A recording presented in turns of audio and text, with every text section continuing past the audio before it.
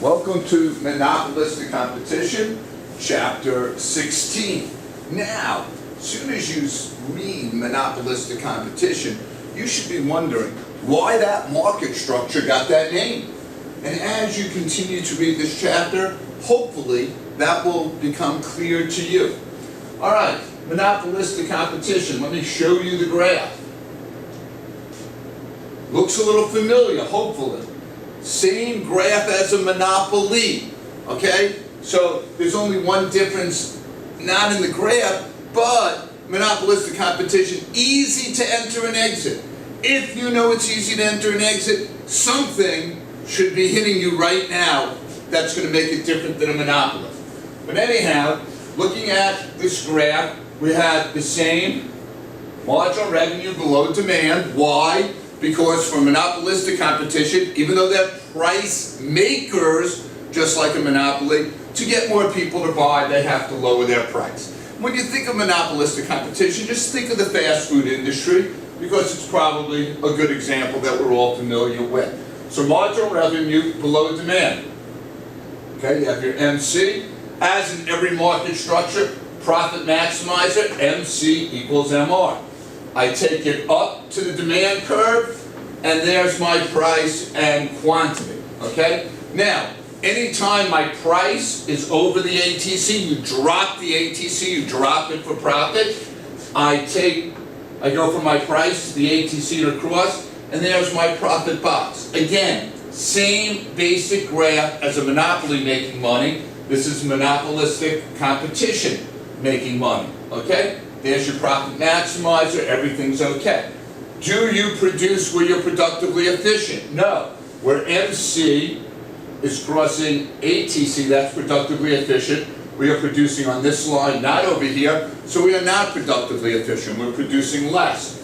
Are we allocatively efficient, where MC equals demand? No. We are charging more than MC, so therefore we're not allocatively or productively efficient. And as we'll get into, I think, the future slide, we will see we have deadweight loss. All right, now I'm just showing you this as a firm losing money.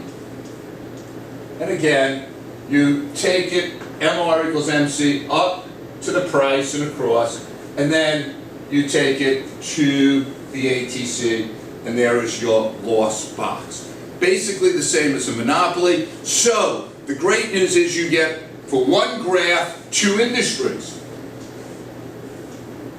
Now, remember, I said earlier that it's easy to enter and exit. Okay? So, if firms are making money, so the fast food industry is making money, other firms are going to want to enter. So, I have Phil's Pizza Store, and Joe opens up a hamburger stand because he hears the fast food industry is doing up, so he opens up a hamburger place. What is that going to do to Phil's Pizza? Well, think about it.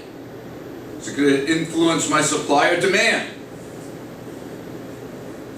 It's certainly not going to help me supply more pizzas. So it's not a supply issue. It's going to be a demand issue. People are going to demand less pizza because some people are going to go to the hamburger. So in this scenario, both demand and MR are going to shift down. So where there is zero economic profit. Now, here's what I do. I do the MR equals MC, and you have to have the ATC kissing the curve right here. Okay? But notice, there is your lowest ATC where MC goes through. You're still not at productive efficiency. Alright? You're still not at allocatively efficient. Okay? So there it is, zero economic profit.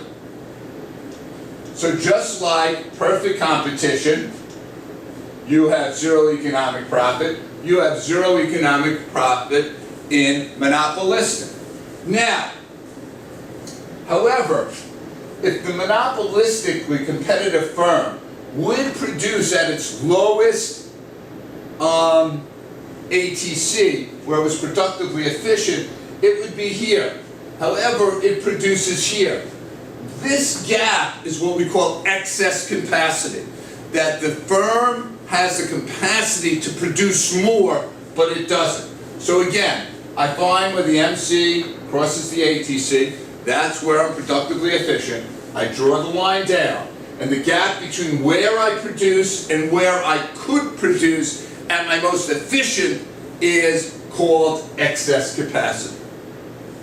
Hope that helped you enjoy and is a enjoyable way to get into preview chapter 16. Thank you.